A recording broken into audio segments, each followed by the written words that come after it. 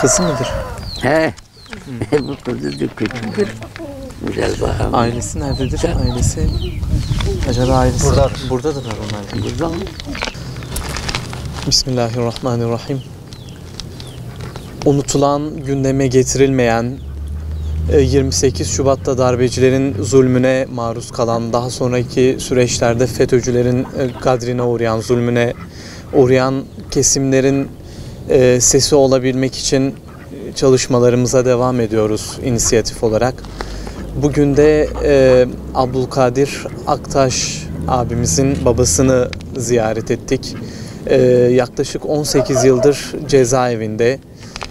Çeşitli kumpaslar sonucu cezaevine alınmış. Onlar da cezaevi sürecinde sonrasında çeşitli sıkıntılar yaşamışlar. Abdülkadir abimizin babası Mahmut amcamızı da dinleyeceğiz. İnşallah onun yaşadıklarını anlatmasını isteyeceğiz ama maalesef zulme uğrayan bu kesimlerin adalet beklentisinin devam ettiğini görüyoruz. Gündeme getirilmek istenmiyorlar bu kesimler. Özellikle FETÖ'nün kumpasları sonucu cezaevine konulanlar maalesef gündeme getirilmiyor, getirilmek istenmiyor, konuşulmak istenmiyorlar. Bizler sesleri olmaya çalışıyoruz. Yaşanan mağduriyetleri gündeme getirmeye çalışıyoruz. Mahmut amcamızla bugün konuşacağız inşallah. Amcacığım, oğlunuz yaklaşık 18 yıldır cezaevinde. Siz bu süreçte neler yaşadınız? Olduğunuz için neler söylemek istersiniz? Beklentileriniz nelerdir? Benim oğlum 18 senedir boşuna cezaevinden yatırmakta ve onun gibi binlerce arkadaşları vardır. Masum insanlar vardır. Bunlar ne yapmışlar? Hem bizim dilimizde, ana dilimizde Kürtçe konuşuyor ya dedi, hem Kurakro hem Kurakvaro. Türkçe'de diyorlar herif hem suçludur hem güçlüdür. Hem suçludur hem güçlüdür. Bak, herif güçlüdür, suç yapıyor, mazlumların boynuna atıyorlar. Herif bildiği kibiri yapıyorlar. Ne yapacağız? Diyecek ki ben mi yapmışım? Yok. İle bir gariban, bir fakir, bir fukara bir köşeden yaklayacaklar, götürecekler. Onların kuyruğuna bir şey takacaklar. Ya işte Hülakas Ahmet'in, Emin'in oğlu, ya Mustafa'nın oğlu, ya Hasan'ın oğlu şöyle yapmış. Bu sucuk kalmış.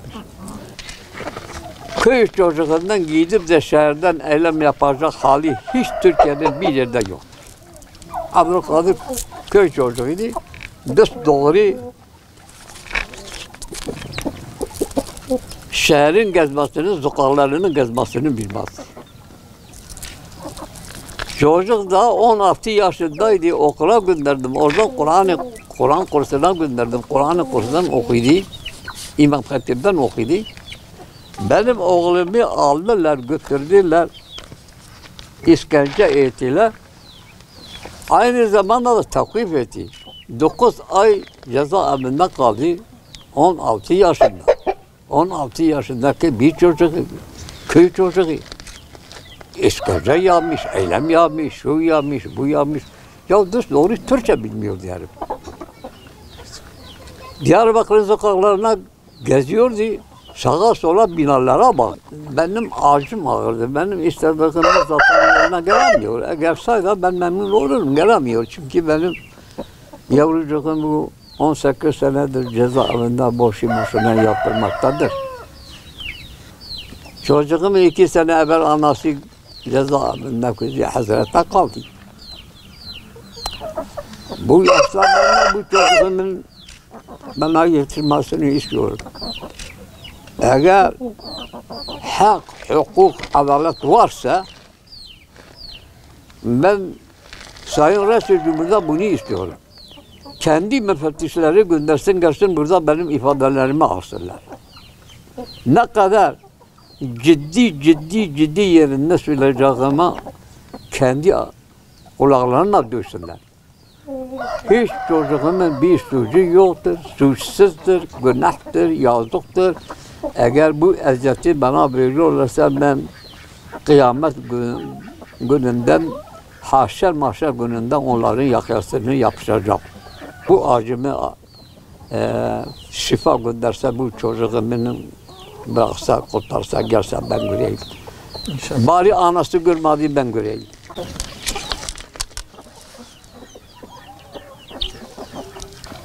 Öteki de çeksin. Peki abi Kadir abi kendine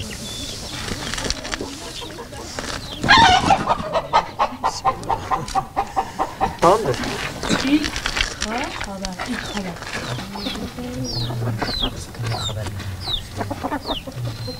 لقشي